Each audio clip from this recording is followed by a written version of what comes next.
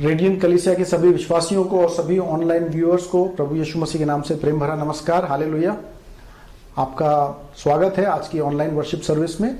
वचन कहता है भजन संहिता उसका 106 में मैं आपके सामने यहाँ पर पढ़ने जा रहा हूँ। यहोवा का धन्यवाद करो क्योंकि वह भला है और उसकी करुणा सदा की है। यहोवा के पराक्रम के कामों का वर्णन कौन कर सकता है या उसका पूरा गुणानुवाद कौन कर सकता है। क्या ही धन्य है वे जो न्याय पर चलते हैं, जो हर समय धार्मिकता के आचरण करते हैं। परमेश्वर का धन्यवाद हो कि उन्होंने हम सबको यहाँ पर एक बार फिर से मौका दिया कि हम इकट्ठे होकर परमेश्वर की महिमा कर सकें। और इससे पहले कि हम आज की इस आराधना में आगे बढ़े, आइए हम प्रार्थना करें। पवित्र पवित्र पवित्र सेनाओं के यहोवा, हमारे उद्धारकर्ता, हमारे मुक्ति की चट्टान, हमारे छुपने के स्थान, हम आपको धन्यवाद की भेंटों के साथ आपके सम्मुख आते हैं। धन्यवाद करते हैं कि आपने प्रभु यीशु मसीह के द्वारा हम सबको क्षमा किया और हम सबको ये अनुग्रह दिया कि हम आपके पवित्र स्थान पर आकर आपकी महिमा कर सकें। परमेश्वर, आज की ऑनलाइन इस वर्शिप सर्विस को, इसकी सारी गतिविधियों को, कार्यक्रमों को आपके हाथों में रखते हैं। आप इसको अपने आत्मा के द्वारा संचालित करें और इन सब के द्वारा आपकी महिमा हो सके। सारा आदर महिमा आपको देते हुए इस दुआ को प्रभु यीशु मसीह के नाम से मांगते हैं, आमीन आमीन।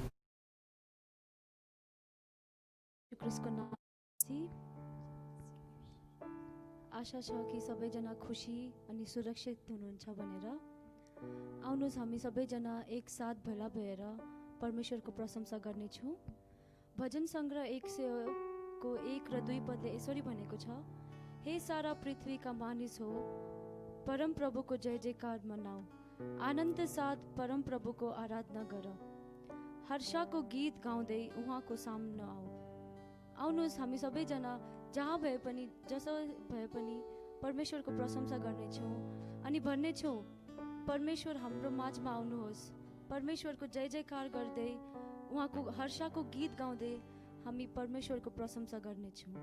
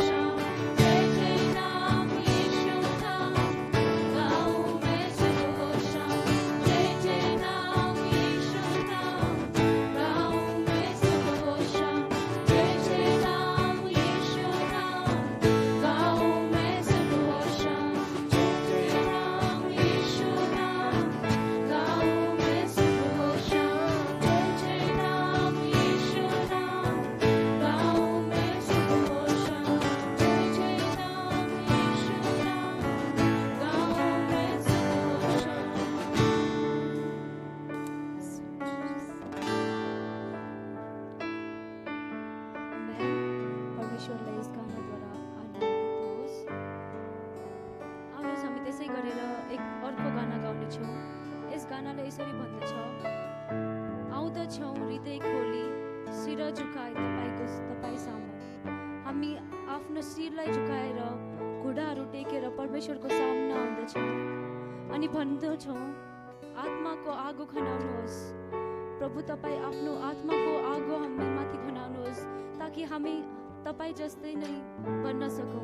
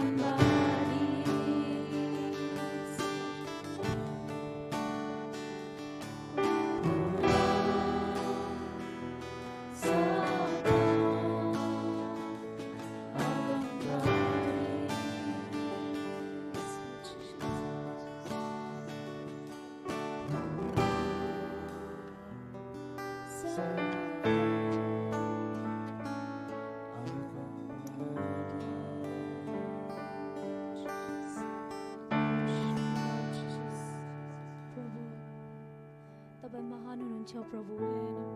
तपाईँ अचम्मका परमेश्वर हुनुहुन्छ प्रभु। तपाईँ सल्लाहकार प्रभु हुनुहुन्छ प्रभु। यस समयमा प्रभु हामी सबै प्रभु तपाईँको शरणमा आउनेछौँ प्रभु। तपाईँको स्तुति आराधना गर्दै प्रभु तपाईँको सामने प्रभु शिरहरू झुकाएर घुँडाहरू टेकेर प्रभु हामी माग्दछौँ प्रभु कि तपाईँ हामीमा आउनुहोस् प्रभु। हामीलाई अगमबाडी बनाउनको लागि सहायता गर्नुहोस् प्रभु। प्रभु हामी माथि खनाउनुहोस् प्रभु। तपाईँको आत्मा खन्याउनुहोस् प्रभु। तपाईँको आत्मा भर्नुहोस् प्रभु। प्रभु हामी पापी हौँ प्रभु। हामी पापी हौँ तापनि प्रभु तपाईँले हामीलाई आफ्नो पुत्रभन्दा ज्यादा प्रेम गर्नुभएको छ प्रभु। तपाईँले हामीलाई यति धेरै प्रेम गरेको छ कि तपाईँले आफ्नो एउटा पुत्रलाई क्रुसमा हाम्रो कारणले प्रभु तपाईँले क्रुसमा चढाइदिनु भएको छ प्रभु। प्रभु हामीलाई केही पनि थाहा छैन प्रभु, तर हामीलाई थाहा छ कि प्रभु तपाईँ महान हुनुहुन्छ। तपाईँ हामीहरूसँग हमेशा प्रभु हमेशा तपाईँ हामीसँगै नै हुनुहुन्छ प्रभु। हामीले जानी नजानी गरेका गल्तीहरूलाई क्षमा गर्नुहोस्। हामीलाई एक असल व्यक्ति बनाउनको लागि सहायता गर्नुहोस् प्रभु।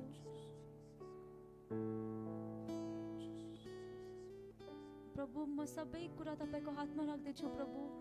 हरेक परिवार जो अनलाइनमा तपाईँको अघि बसेर तपाईँको प्रशंसा गर्दैछ, हरेक एउटा परिवारले तपाईँको हातमा राख्दैछु प्रभु। तपाईँको आशिष, तपाईँको अनुग्रह, तपाईँको प्रेमले भरिदिनुहोस् प्रभु। प्रभु हामी जे जति गर्दैछौँ प्रभु, यहाँबाट जाएर के पनि गर्दैछौँ, सबै कुरा तपाईँको हातमा राखेर यो छोटो अनि मिठो प्रार्थना तपाईँको हातमा राख्दै माग्दछु आशिष उच्च अनि पवित्र प्रभु येशू ख्रीष्टको नाममा। हुन्छ, यहाँहरू मण्डली परिवार सम्पूर्णलाई प्रभु येशू ख्रीष्टको नाममा जय मसीह। हुन्छ, परमेश्वरलाई महिमा भएको होस्। आजको म विशेष मुख्य बुँदा अध्ययन गरिदिनेछु। आजको मुख्य बुँदा यस पुस्तकबाट छ रोमियो 14 अध्यायको अनि 1 देखि म 12 पदसम्म अध्ययन गरिदिनेछु। तपाईँ मण्डली परिवार सबैसँग बाइबल छ भने पनि हेर्न सक्नुहुनेछ। विश्वासमा कमजोर हुने मानिसलाई ग्रहण गर, तर उसको मत सम्बन्धी कुरामा वाद विवाद गर्नलाई होइन। कसैले सबै थोक खानुहुन्छ भनी विश्वास गर्छ, तर विश्वासमा कमजोर हुनेले चाहिँ साग सब्जी मात्र खान्छ। खानेले नखाने मानिसलाई तुच्छ नठानोस् र नखानेले खानेलाई दोष नलगाओस्, किनभने परमेश्वरले त्यसलाई ग्रहण गर्नुभएको छ। अर्काको चाकरलाई इन्साफ गर्ने तिमी को हौ? त्यो त आफ्नै मालिकको सामु खडा हुन्छ वा पतित हुन्छ, त्यो खडा गराइनेछ, किनभने त्यसका मालिकले त्यसलाई खडा गराउन सक्छ। कुनै मानिसले एउटा दिनलाई अर्को दिनभन्दा बढी महत्त्वको मान्छ, अर्को मानिसले सबै दिनलाई सामान ठान्छ। हरेक मानिस आफ्नै मनमा पूर्ण रूपले निश्चित हुनुपर्छ। जुन व्यक्तिले कुनै दिनलाई विशेष रूपले पालन गर्छ, त्यसले प्रभुको आधारको निम्ति पालन गर्छ। जुन व्यक्तिले खान्छ, त्यसले प्रभुको निम्ति खान्छ, किनकि त्यसले परमेश्वरलाई धन्यवाद दिन्छ। जुन व्यक्तिले खाँदैन, त्यसले परमेश्वरको आधारको निम्ति खाँदैन र परमेश्वरलाई धन्यवाद दिन्छ। हामी कोही पनि आफ्नै निम्ति बाँच्दैनौँ, तर कोही पनि आफ्नै निम्ति मर्दैनौँ। यदि हामी बाँच्छौँ भने प्रभुकै निम्ति बाँच्छौँ र मर्छौँ भने प्रभुकै निम्ति मर्छौँ। चाहे हामी बाँचौँ चाहे मरौँ, हामी प्रभुकै हौँ।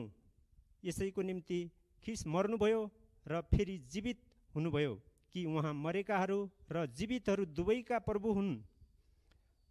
तिमी किन आफ्नो भाइको इन्साफ गर्छौ? अथवा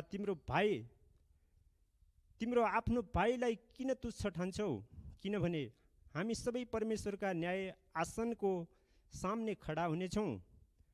किनकि लेखिएको छ, प्रभु भन्नुहुन्छ, जस्तो म जीवित छु, प्रत्येक घोडा मेरो सामने टेकिनेछ र हरेक जीवहरूले परमेश्वरको प्रशंसा गर्नेछ। अन्तिम पद, यसैले हामी हरेकले परमेश्वरलाई आफ्नो लेखा दिनेछौँ। आमेन। हालेलुया।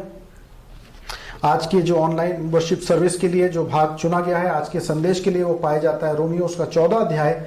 और यहाँ पर हम देखते हैं कि कुछ ऐसे बातों के बारे में पौलुस प्रेरित बता रहे हैं जिसके कारण जो है रोमियो की कलीसिया में जो है एक तनाव था, एक संघर्ष था। और अमूमन आपने देखा होगा जो लोग आपके अनुसार जीवन जीने का तरीका ढंग नहीं रखते हैं, आपको कुछ अटपटा लगता है, और यहाँ तक कि जो है आप कई बार ऐसी स्थिति में कई बार लोगों को आप नीच रूप से देखते हैं या उनको हीन भावना से देखते हैं, केवल इसीलिए क्योंकि वो आपके समान नहीं है। अंग्रेजी में इसको बोला जाता है, एक विशेष शीर्षक इसके लिए उपयोग किया जाता है जिसको हम बोलते हैं एथनोसेंट्रिसिज्म। और एथनोसेंट्रिसिज्म वो एक भावना है जिसके तहत व्यक्ति लोग जो उनसे अलग लोग होते हैं उनको जो है हीन भावना से देखते हैं, या जो उनको सोचते हैं कि वो उनसे जो है कम है। तो ये एक जो है विचारधारा हम देखते हैं कि रोमियो की कलीसिया में भी थी। उसका कारण ये था कि कुछ यहूदी समाज के लोग थे जो यहूदी विश्वास से आए हुए थे और जो यहूदी व्यवस्था और परंपराओं का पालन करने पर विश्वास करते थे, और कुछ गैर यहूदी अन्य जाति परंपराओं से आए थे जो ऐसी परंपराओं का, यहूदी परंपराओं का पालन करना जरूरी नहीं मानते थे। और इस कारण से रोमियो की कलीसिया में एक जो घर्षण उत्पन्न हो गया था।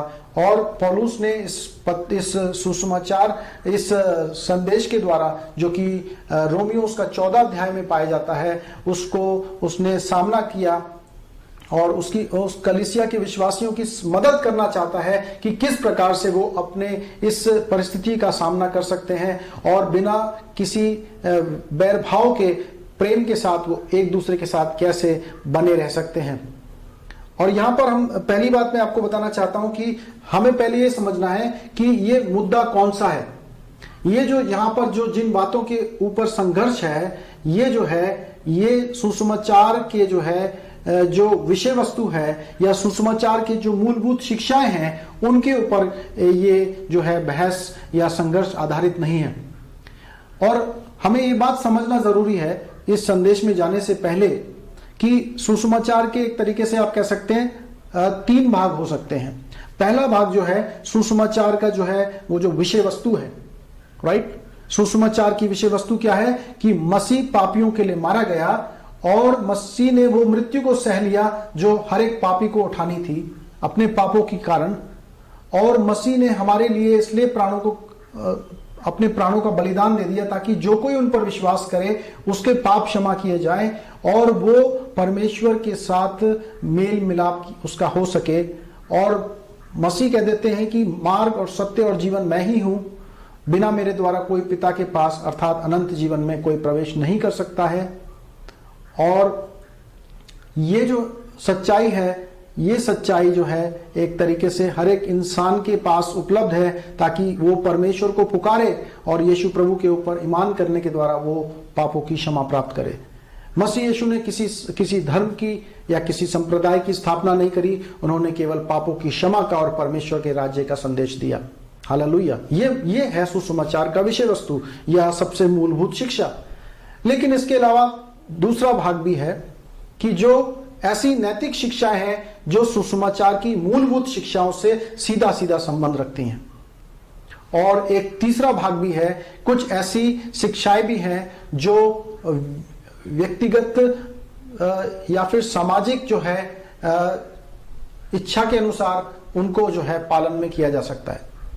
तो यहां पर हम देखते हैं कि जो यहां पर शिक्षाएं हैं, जिन बातों के ऊपर संघर्ष उत्पन्न हो रहा है, जिन बातों के ऊपर एक तरीके से मतभेद उत्पन्न हो रहा है, वो जो है तीसरे श्रेणी की है। यानी कि ऐसी शिक्षाएं हैं जो कि किसी व्यक्तिगत संदर्भ या फिर एक व्यक्ति के पर्सनल चयन के ऊपर आधारित हैं और उनका डायरेक्ट जो है सुसमाचार के जो मूलभूत शिक्षाएं हैं, या जो दूसरा भाग है सुसमाचार की जो नैतिक जो शिक्षाएं हैं जो मूलभूत शिक्षाओं से जुड़ी हुई हैं उनसे परे हैं।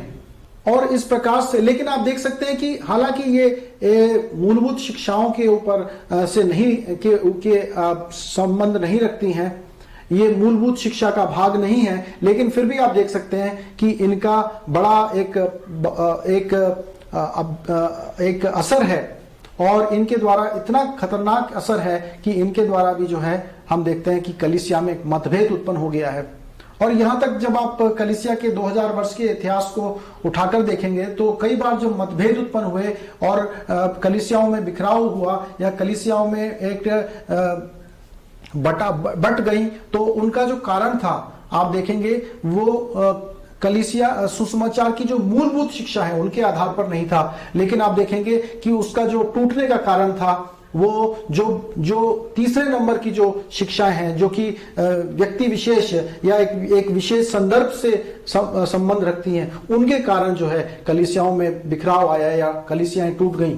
और यहां तक कि कई बार परिवारों में भी बहुत बड़ा संघर्ष देखा जाता है, केवल इस कारण से क्योंकि लोगों के जो विशेष एक अभ्यास करने का, उनके विश्वास के जीने का प्रकट करने का जो तरीका है वो फर्क था। इसीलिए जो है ये 14 अध्याय बहुत जरूरी है, क्योंकि इसके द्वारा हम देखते हैं कि हमें कैसे अपने डिफरेंसेस को हमें सॉल्व करना है, किस प्रकार से जो हमारे अंतर हैं, हमारे विश्वास के अंतर नहीं है, ये ध्यान रखिए। यहां पर विश्वास की बात नहीं, विश्वास के जो एक अभ्यास है यहां पर उसके बारे में पौलुस यहां पर बता रहे हैं, क्योंकि जो संघर्ष था विश्वास के ऊपर नहीं था, विश्वास तो एक ही था दोनों का, लेकिन उसका जो प्रकटीकरण था या जो उसका एक दैनिक जीवन में उसका एक जीवन जीने का तरीका था, उसमें जो विभिन्नता थी और उस विभिन्नता के कारण जो संघर्ष उत्पन्न हो रहा था, जो एक टकरार उत्पन्न हो रही थी, उसके बारे में यहां पर पौलुस सुलझाना चाहते हैं। और ध्यान, मैं आपको कुछ और भी ऐसे एग्जाम्पल देना चाहता हूं जिसके द्वारा कि आप समझ जाएं कि जो ये तीसरी लेवल की परिधीय शिक्षा कह सकते हैं इसको, या पेरिफेरल टीचिंग्स कह सकते हैं, जिसका कि जो मूलभूत सुसमाचार की जो विषय वस्तु है या जो नैतिक शिक्षाएं जो सुसमाचार के साथ जुड़ी हुई हैं अटूट रूप से, जिनका एक अटूट संबंध है, उनसे संबंध नहीं रखती, लेकिन ये परिधीय शिक्षाएं हैं, ये तीसरे लेवल की शिक्षाएं। तो फिर से समझ लीजिए कि पहली जो है सुसमाचार का जो मेन आधार है, जो सुसमाचार का विषय वस्तु है, और दूसरा जो है दूसरे लेवल का जो है जो सुसमाचार से संबंधित कुछ नैतिक शिक्षाएं हैं जो एक सुसमाचार के मूलभूत शिक्षाओं से एक अटूट संबंध रखती हैं। और तीसरे लेवल की शिक्षाएं हैं जो एक तीसरा गोला है, जो कि एक व्यक्ति विशेष या सामाजिक जो एक परिवेश है उसके चयन के अनुसार जो उसको फॉलो किया जा सकता है, उसका आचरण किया जा सकता है। तो यहां पर तीसरे लेवल की जो शिक्षा है उसके बारे में बात कर रहे हैं, और उसका कुछ और भी हम उदाहरण देखना चाहेंगे। जैसे कि हम देख सकते हैं कि यहां पर एक बात ये हो सकती है कि आपको वर्शिप जो आराधना का दिन जो सही दिन है वो सैटरडे है या संडे होना चाहिए, क्योंकि सैटरडे जो है वो ही एक्चुअल में सबत का दिन होता है और संडे सबत का दिन नहीं होता। तो आराधना का दिन या विश्राम का दिन जो होता है वो सबत का दिन जो सैटरडे है, तो क्या आराधना जो है वो सैटरडे को होनी चाहिए या फिर संडे को होनी चाहिए? ये एक तीसरे लेवल का जो सवाल है। क्या जो है आप जो सबत का सिद्धांत है उसका पालन रविवार को कपड़े ना धोकर या खाना ना बनाकर कर सकते हैं? कई लोगों का ये मानना है कि आपको सबत के जो सिद्धांत है उसका पालन आपको रविवार के दिन ऐसे करना है कि आपको रविवार के दिन कपड़े नहीं धोने और खाना नहीं बनाना और कोई भी मेहनत का काम नहीं करना है, तो इसके द्वारा आप सबत का पालन कर सकते हैं। क्या ये सबके लिए लागू हो सकता है क्या, या फिर एक व्यक्ति विशेष के चयन के ऊपर, उसके चॉइस के ऊपर आधारित है? क्या एक अन्य जाति को क्या यहूदी बनना जरूरी है ताकि वो परमेश्वर प्रभु यीशु मसीह के द्वारा परमेश्वर का सच्चा विश्वासी ठहरे? क्या यही एक संकट जो है हम प्रेरितों के कार्य की पुस्तक उसका 15 अध्याय में देखते हैं कि वहां पर एक बड़ा संकट उत्पन्न हो गया, क्योंकि यहूदी समाज के लोग कहने लगे कि गैर यहूदियों को यहूदी समाज की सारे नियम और सिद्धांत की बातें और सारे सांस्कृतिक बातों का पालन करना पड़ेगा अगर वो परमेश्वर के सच्चे चेले बनना चाहते हैं यीशु मसीह के ऊपर विश्वास करने के द्वारा। क्या लोगों को जो मसीह विश्वास के हैं क्या उनको एक ही कटोरे में से भाग लेना चाहिए या अलग अलग छोटे जो प्यालों में से जो है मसीह के मेज में वो भाग ले सकते हैं? और मैं बताना चाहता हूं इस विषय पर एक बहुत बड़ी कलीसियाओं में बंटवारे हो गए, टूट गई, घर्षण उत्पन्न हो गया और दो भाग हो गए, क्योंकि एक भाग बोलता था नहीं एक ही कटोरे में से पीना है, और दूसरे गुट के लोग बोलते थे नहीं छोटे छोटे कटोरों में से जो है वो पीना उचित है। क्या जो है कलीसिया को जो है बपतिस्मा लेने के लिए पानी में डूब कर बपतिस्मा लेना है, या फिर छींटों का पानी से छटकारा एक छींटे मार करके उनको बपतिस्मा दिया जा सकता है? और यह भी एक बड़ा ज्वलनशील मुद्दा है जिसके कारण कलीसियाओं में बिखराव उत्पन्न हो गया, कलीसियाओं में बंटवारे हो गए और कलीसिया में बहुत बड़ा संकट उत्पन्न हो गया। लेकिन क्या ये सुसमाचार की मूलभूत शिक्षा है? मेरे अनुसार नहीं। क्या मसीह विश्वासियों को टीवी देखना चाहिए या टीवी नहीं देखना चाहिए? क्या मसीह विश्वासियों को आभूषण पहनने चाहिए या आभूषण नहीं पहनने चाहिए? क्या मसीह विश्वासियों को सिनेमा हॉल में जाकर के मूवी देखना चाहिए या नहीं देखना चाहिए? क्या पास्टर को सूट और टाई पहनकर सुसमाचार सुनाना चाहिए या फिर वो मेरी तरह कुर्ता पहन करके भी सुसमाचार सुना सकते हैं? इस प्रकार के जो है बातों को जो हम देखते हैं कि हम तीसरी परिधीय की जो शिक्षा है उनके अंदर हम इन विषयों को डाल सकते हैं, क्योंकि ये हमारे सुसमाचार की जो मूलभूत विषय वस्तु है, जो सुसमाचार का विश्वास का केंद्र है, उससे डायरेक्ट संबंध नहीं रखती। लेकिन कुछ और शिक्षाएं, जैसे कि क्या मसीह चोरी कर सकता है या हत्या कर सकता है या व्यभिचार कर सकता है? क्या इसको आप व्यक्ति विशेष के पर्सनल चॉइस पर छोड़ देंगे? नहीं छोड़ सकते, क्योंकि ये दूसरे लेवल की शिक्षाओं पर आती है, जो नैतिक शिक्षाएं हैं, जो सुसमाचार का जो विषय वस्तु है उससे डायरेक्ट अटूट संबंध रखती हैं। इसलिए इन शिक्षाओं को आप व्यक्ति विशेष के चयन के ऊपर नहीं छोड़ सकते, क्योंकि इसके लिए स्पष्ट बाइबल में जो है आज्ञाएं दी गई हैं। तो अब हम देख सकते हैं कि यहां पर जो है 14 अध्याय में तीसरे लेवल की जो शिक्षाओं के बारे में एक संघर्ष उत्पन्न हो रहा है, और उसको जो है पौलुस जो है एड्रेस करते हुए 3 सिद्धांत बता रहा है कि इन सिद्धांतों का पालन करते हुए आप जो है इस संकट का सामना कर सकते हैं, या जो मतभेद उत्पन्न हो रहा है उसका सामना कर सकते हैं। वो कहते हैं कि पहली बात जो है कि आप अपने भाई बहन का न्याय मत करिए, आप उनको नीचा मत देखिए। क्यों? क्योंकि प्रभु यीशु मसीह ने उनको स्वीकार कर लिया है। रोमियो 14:4 में लिखा हुआ है। लेकिन वो ये कहना चाहते हैं कि ये बात सच है कि आपको एक दूसरे का न्याय नहीं करना है और एक दूसरे को हीन भावना से नहीं देखना है, लेकिन पौलुस पहले पद में ही बता देते हैं कि जो यहूदी समाज के लोग हैं वो कमजोर विश्वास के लोग हैं। क्यों वो कमजोर विश्वास के लोग हैं? क्योंकि वो इस बात को पूरी तरीके से समझ नहीं पाए हैं कि अब उन्हें व्यवस्था के कार्यों को पालन करने की, व्यवस्था को पालन करने की अब आवश्यकता नहीं है, क्योंकि यीशु मसीह के द्वारा अब जो है वो व्यवस्था की हर एक जो ऑब्लिगेशन है, व्यवस्था की जो हर एक मांग है, उससे स्वतंत्र कर दिए गए हैं। और जो है वो इस प्रकार से जो है वो अभी भी सोचते हैं कि परमेश्वर को खुश करने के लिए क्या करना पड़ेगा? उनको विश्वास तो किया है मसीह पर, लेकिन मसीह पर विश्वास के साथ साथ उन्हें व्यवस्था का भी पालन करना पड़ेगा। और इस कारण से पौलुस उन्हें कमजोर विश्वासी बोलता है, या ये बोलता है, कह सकते हैं कि वो इमेच्योर हैं, अभी पूरी तरीके से उन्होंने सुसमाचार के जो सच्चाई है या सुसमाचार की जो गहराई है उसको नहीं जाना है। इस कारण से वो विश्वास के साथ व्यवस्था का भी पालन कर रहे हैं। लेकिन पौलुस कह देता है कि ऐसी स्थिति में भी आपको जो व्यवस्था को, विश्वास को और सुसमाचार को और गहराई से समझ चुके हो, आपको ये अधिकार नहीं है कि आप उनको नीचे भावना से देखें या आप उनका न्याय करें या आप उनको शिक्षा देने लगे। आपको उन्हें शिक्षा देने की आवश्यकता नहीं है। क्यों? क्योंकि वो परमेश्वर के दास हैं, वो प्रभु यीशु मसीह के द्वारा वो स्वीकार कर लिए गए हैं। तो आपको ये अधिकार नहीं है कि आप उनका किसी प्रकार से क्रिटिसाइज करें या उनका कमी निकालें। दो बातें हमें ध्यान रखनी है कि हमें सुसमाचार के अलावा और किसी शिक्षाओं का पालन करने की जरूरत नहीं। क्यों नहीं है? क्योंकि पहली बात इब्रानियों 11:6 के अनुसार विश्वास के द्वारा हम परमेश्वर को प्रसन्न कर सकते हैं और किसी और बात के द्वारा नहीं। और दूसरी बात जो है, हमें क्यों व्यवस्था का पालन करने की जरूरत नहीं है, क्योंकि रोमियो उसका 8 अध्याय और 4 पद में लिख दिया गया है कि यीशु मसीह के जीवन और मृत्यु के द्वारा जो है, खासकर उनकी मृत्यु के द्वारा व्यवस्था की जो सारी मांगे थी वो हमारे लिए पूरी कर दी गई हैं। इसीलिए अब जो है हमें विश्वास जो करते हैं, जो यीशु मसीह पर विश्वास करते हैं, उन्हें अब और किसी आज्ञा का या सुसमाचार की शिक्षा के अलावा और किसी बात का पालन करने की जरूरत नहीं है।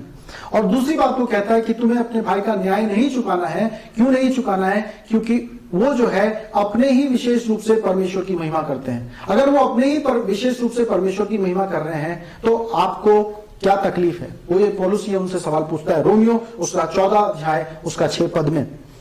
और वो कह देता है कि यहां पर जो है सुसमाचार का जो है विषय वस्तु जो है, या जो सुसमाचार की मूलभूत शिक्षा है, उसकी बात नहीं है। यहां पर बात यह है कि उनका जो है अपने आराधना को, अपने धन्यवाद की भेंटों को प्रकट करने का जो तरीका है वो डिफरेंट है। और इसलिए पौलुस कहता है अगर वो डिफरेंट है, अगर तीसरे लेवल की बात है, तो तीसरे लेवल की बात है तो आपको इतनी तकलीफ क्यों हो रही है? क्योंकि वो आपके अनुसार आराधना नहीं कर रहे हैं। उनका आराधना करने का ढंग अलग है आपसे। वो सोचते हैं कि वो जो मार्केट में मांस मिलता है, जो कि यहूदी परंपरा के अनुसार कोशर की फूड में नहीं आता है, वो उस मांस को नहीं खाना चाहते हैं। लेकिन जो है आप जो है जो एक इस प्रकार के जो है कोशर रेगुलेशंस को मानते नहीं हैं, यहूदी जो खाने के संबंध में जो शिक्षाएं हैं उनका आपके ऊपर ज्यादा उसका प्रभाव नहीं है। आप किस मार्केट में मिलने वाला भोजन जो है, जो मीट है, उसको खरीदते हैं और उसको बिना किसी संकट के खा लेते हैं। और जो है वो सबत के दिन को पालन करते हैं, लेकिन आप जो है बिना किसी सबत के दिन को पालन किए आप अपना विश्वास का परिवहन कर रहे हैं, आप अपने विश्वास को आगे बढ़ा रहे हैं। तो लेकिन दोनों ही फर्क है, लेकिन दोनों ही अलग अलग रूप से परमेश्वर को धन्यवाद चढ़ा रहे हैं। इसीलिए पौलुस कहता है आपको किसी का न्याय करने की जरूरत नहीं है या किसी को नीचा देखने की जरूरत नहीं है। और वो कहता है कि तुम बस इतना ध्यान रखो, जैसा कि पौलुस कहते हैं पहला कुरिन्थियों उसका 10 अध्याय उसका 31 से लेकर 33 में, कि तुम इतना ध्यान रखो कि तुम चाहे कुछ भी करो, तुम्हारे को इस बात का ध्यान रखना चाहिए कि तुम परमेश्वर की महिमा के लिए कर रहे हो जो भी काम कर रहे हो। और इसीलिए वो कह देता है कि सिद्धांत ये है कि पहली बात तो आप उनको जज ना करिए, उनका टीका टिप्पणी मत करिए। लेकिन दूसरी बात इस बात का ध्यान रखिए कि यदि आपके कुछ करने से किसी को ठेस लगती है तो आप उस काम को ना करिए। आप जो अपने आप को विश्वास में मजबूत मानते हैं, आपके कुछ कार्य करने से यदि किसी को ठोकर लग रही है तो क्योंकि आप विश्वास में ज्यादा मजबूत हैं, आप ज्यादा मैच्योर हैं, इस वजह से आप उस काम को ना करें जिससे कि किसी के विश्वास को, जो कमजोर है उसके विश्वास को ठेस लग रही है। और दूसरी बात वो कहता है कि जो भी करो तुम ऐसा करो दूसरे की उन्नति हो सके। तुम अपनी उन्नति के लिए नहीं, लेकिन दूसरे की उन्नति के लिए जो है अपना जीवन बिता सको। क्योंकि अल्टीमेटली जो है हम कोई भी स्वयं के लिए नहीं जी रहे हैं, लेकिन हम अपने परमेश्वर के लिए जी रहे हैं सब। और यदि हम अपने परमेश्वर के लिए जी रहे हैं तो अगर परमेश्वर के प्रेम को हम दूसरों तक नहीं पहुंचा पा रहे और उसके द्वारा परमेश्वर के नाम की महिमा नहीं हो पा रही है, तो उससे जो है आपको क्या लाभ होगा? तो अगर आप परमेश्वर के लिए जी रहे हो तो उसका कारण, उसका एक सीधा संबंध ये निकलता है कि आप परमेश्वर के जो लोग हैं उनको भी आशीषित करने के लिए अपना जीवन बिताएंगे। और यहां पर एक ध्यान करने वाली बात यह है कि यदि कोई विश्वासी जो कमजोर विश्वास का है, उसको आपको एक कंडीशन में आपको उसका सामना करना ही पड़ेगा। अगर वो ये कहने लगे कि आपको जो है जो सही तरीका है आराधना करने का वो केवल मेरा तरीका है, और यदि आप मेरे तरीके से आराधना नहीं कर रहे हैं तो आप परमेश्वर की आराधना नहीं कर रहे हैं। ऐसी कंडीशन में आपको जो कमजोर विश्वासी है उसका आपका सामना करना पड़ेगा। क्यों? क्योंकि जो है वो अपने विश्वास की जो मान्यता है, जो उसका ढंग है आराधना करने का, उसी ढंग को जो है वो सबके ऊपर बराबरी से लागू करना चाहता है, और वो इस प्रकार से दूसरे के लिए, एक विश्वास के लिए ठोकर खाने का कारण बन रहा है। ऐसी परिस्थिति में जो कमजोर जो विश्वास को रखने वाला व्यक्ति है, उस व्यक्ति का भी आपको एक कलीसिया के रूप में उसका आपको सामना करना पड़ेगा और प्रेम के साथ उसको समझाना पड़ेगा कि नहीं मेरे भाई, नहीं मेरी बहन, ऐसी बात नहीं है। जैसे आपको पूरी स्वतंत्रता है आपके भाव में आराधना करने की, उसी प्रकार से दूसरे विश्वासियों को भी स्वतंत्रता है उनके भाव में परमेश्वर को धन्यवाद की भेंटें चढ़ाने की।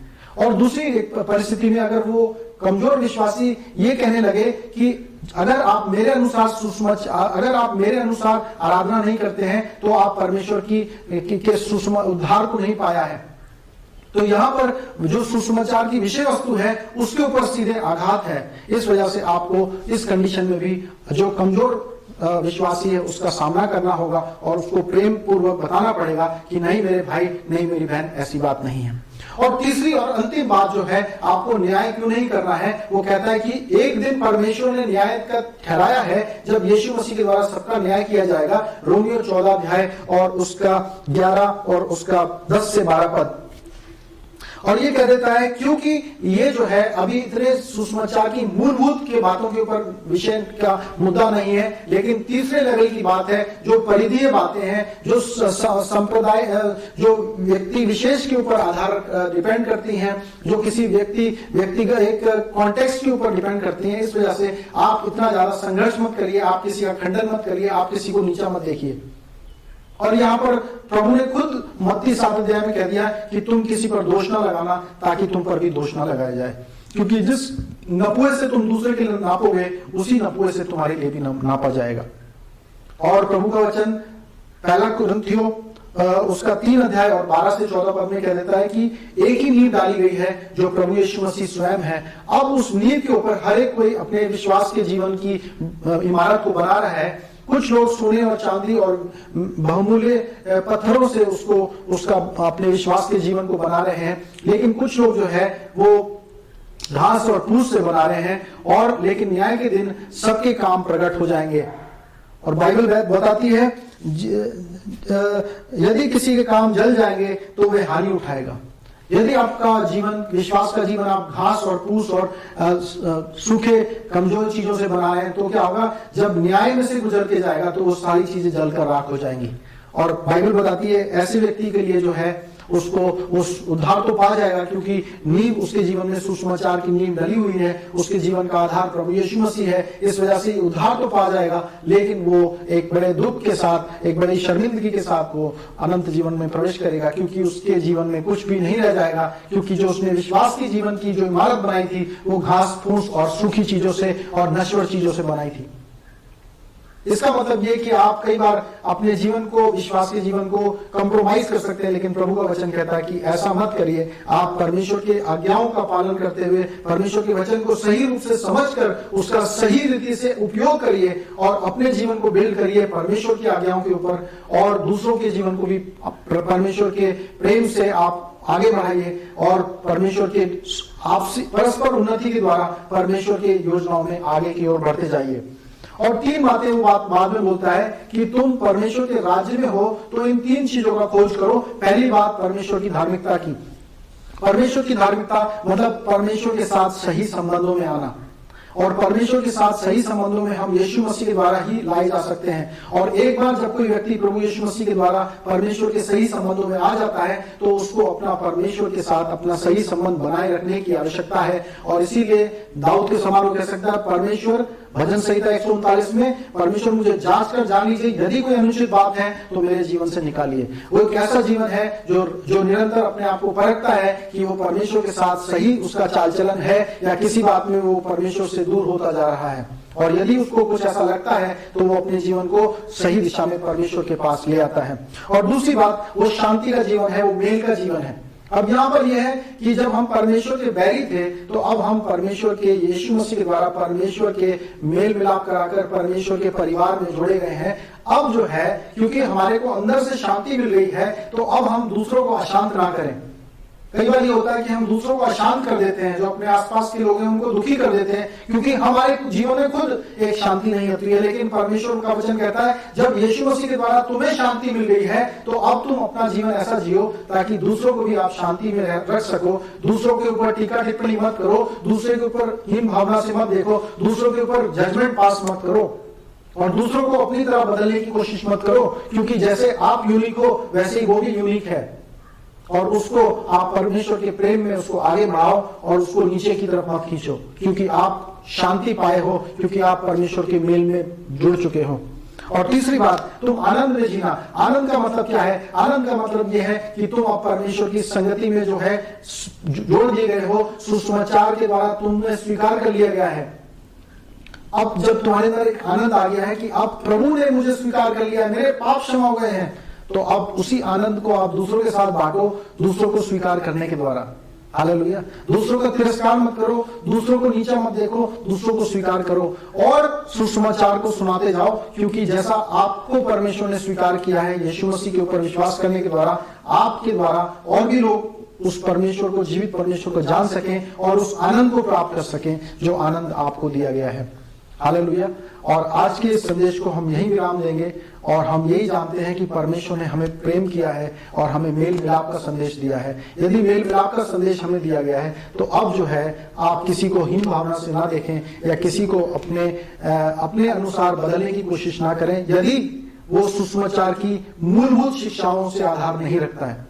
हाँ, यदि कोई व्यक्ति सुसमाचार की मूलभूत शिक्षाओं के ऊपर बहस करता है या कोई मुद्दा खड़ा करता है, तो उसके संबंध में आपको उसका सामना करना पड़ेगा, उसको समझाने के लिए और प्रेम पूर्वक उसको सही रास्ते के ऊपर परमेश्वर के वचन से लाना होगा। लेकिन यदि कोई तीसरे लेवल की बात है, यानी कि परिधीय बातें हैं जो व्यक्ति विशेष के चयन के ऊपर, उसके प्रेफरेंसेस के ऊपर आधार रखती हैं, उसके व्यक्तिगत निर्णय के ऊपर आधारित रखती हैं, तो ऐसी बातों में आप प्रेम रखिए और उसको स्वीकार कर लीजिए और उसके ऊपर टीका टिप्पणी मत करिए और ना ही उसको अपने तरह बनाने की कोशिश करिए। हालेलुया।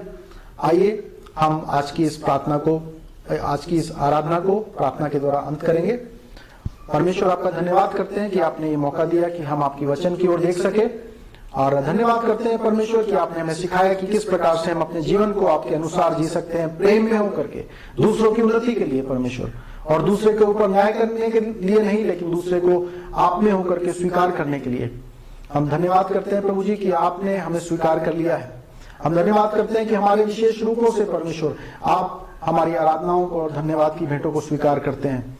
और हम धन्यवाद करते हैं परमेश्वर की हमारा जो है हमें एक ऐसी नींव दी गई है जो कभी हटेगी नहीं, जो सदा बनी रहती है, अर्थात यीशु मसीह की नींव। हमारी सहायता करिए कि हम अपने विश्वास के जीवन को ऐसा बनाएं जिससे कि हमें जब न्याय का दिन आए तो हमें शर्मिंदा ना होना पड़े। धन्यवाद इस वचन के लिए। आपकी कलीसिया को और विश्वव्यापी कलीसिया को आप संभालिए, अपने संरक्षण में, अपने प्रेम में बनाकर रखिए। कोविड-19 का जो महामारी है वो पूरी तरीके से अंत की जाए और हर एक शैतान के जो षड्यंत्र हैं वो नाश किए जाएं। धन्यवाद के साथ इस प्रार्थना को प्रभु यीशु मसीह के नाम से मांगते हैं। आमीन, आमीन।